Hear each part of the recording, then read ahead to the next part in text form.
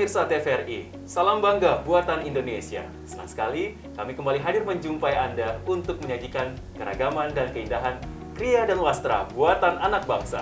Di episode kali ini kami akan menghadirkan sepatu-sepatu batik yang cantik, ragam kreasi dari bambu dan menganyam berkah dari limbah koran. Bersama saya Silka Suarizona. Dan saya Andi Ikhwan. Inilah Bangga Buatan Indonesia.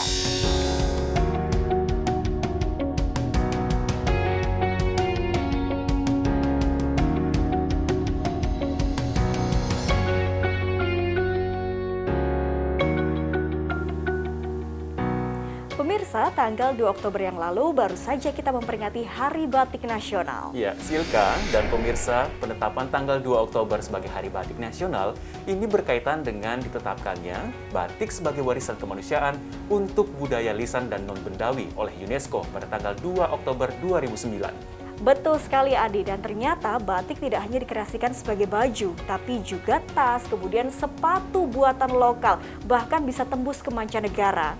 Langsung saja ya, seperti yang satu ini.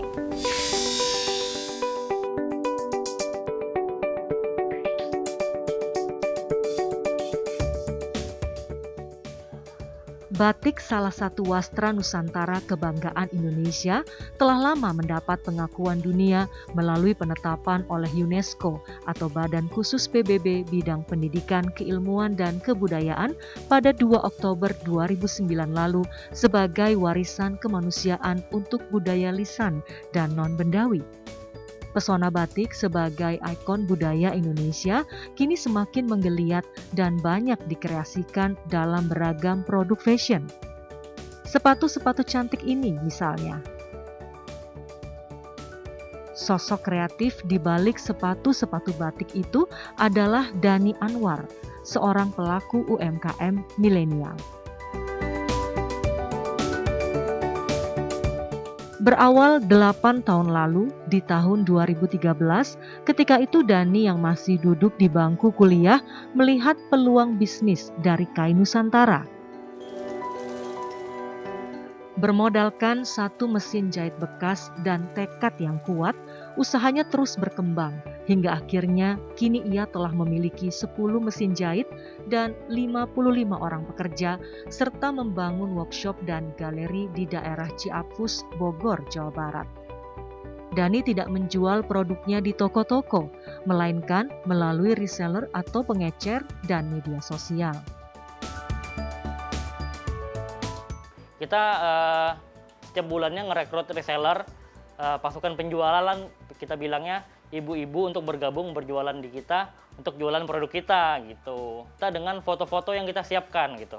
Jadi produknya kita foto, produknya kita desain sebagus mungkin agar bisa dipasarkan dengan mudah di status WhatsApp, di Facebook, di Instagram. Nah, jadi begitu ada orderan, mereka kirim detail ordernya ke kita yang kirim sepatu atau produknya langsung ke customernya.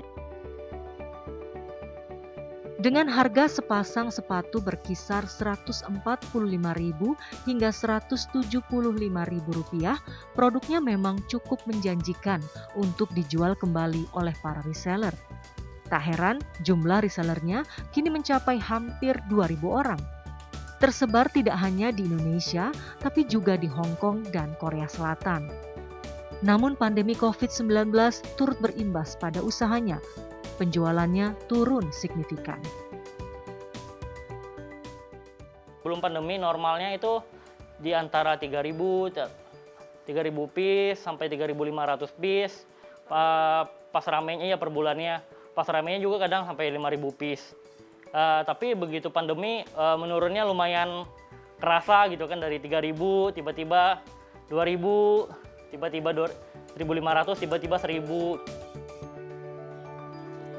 Berbagai upaya Dani lakukan agar roda usahanya tetap berjalan di tengah pandemi. Mulai dari menawarkan diskon, membuat masker dan sandal batik, hingga pengurangan jam kerja. Kalau untuk awal-awal pandemi, setahun pertama pandemi kita biasanya adain sale terus sih. Sale, diskon, promo-promo terus. Tapi udah di tahun kedua ini, udah promo juga udah kurang ya, jadi akhirnya jam kerjanya itu benar-benar terpaksa kita kurangin.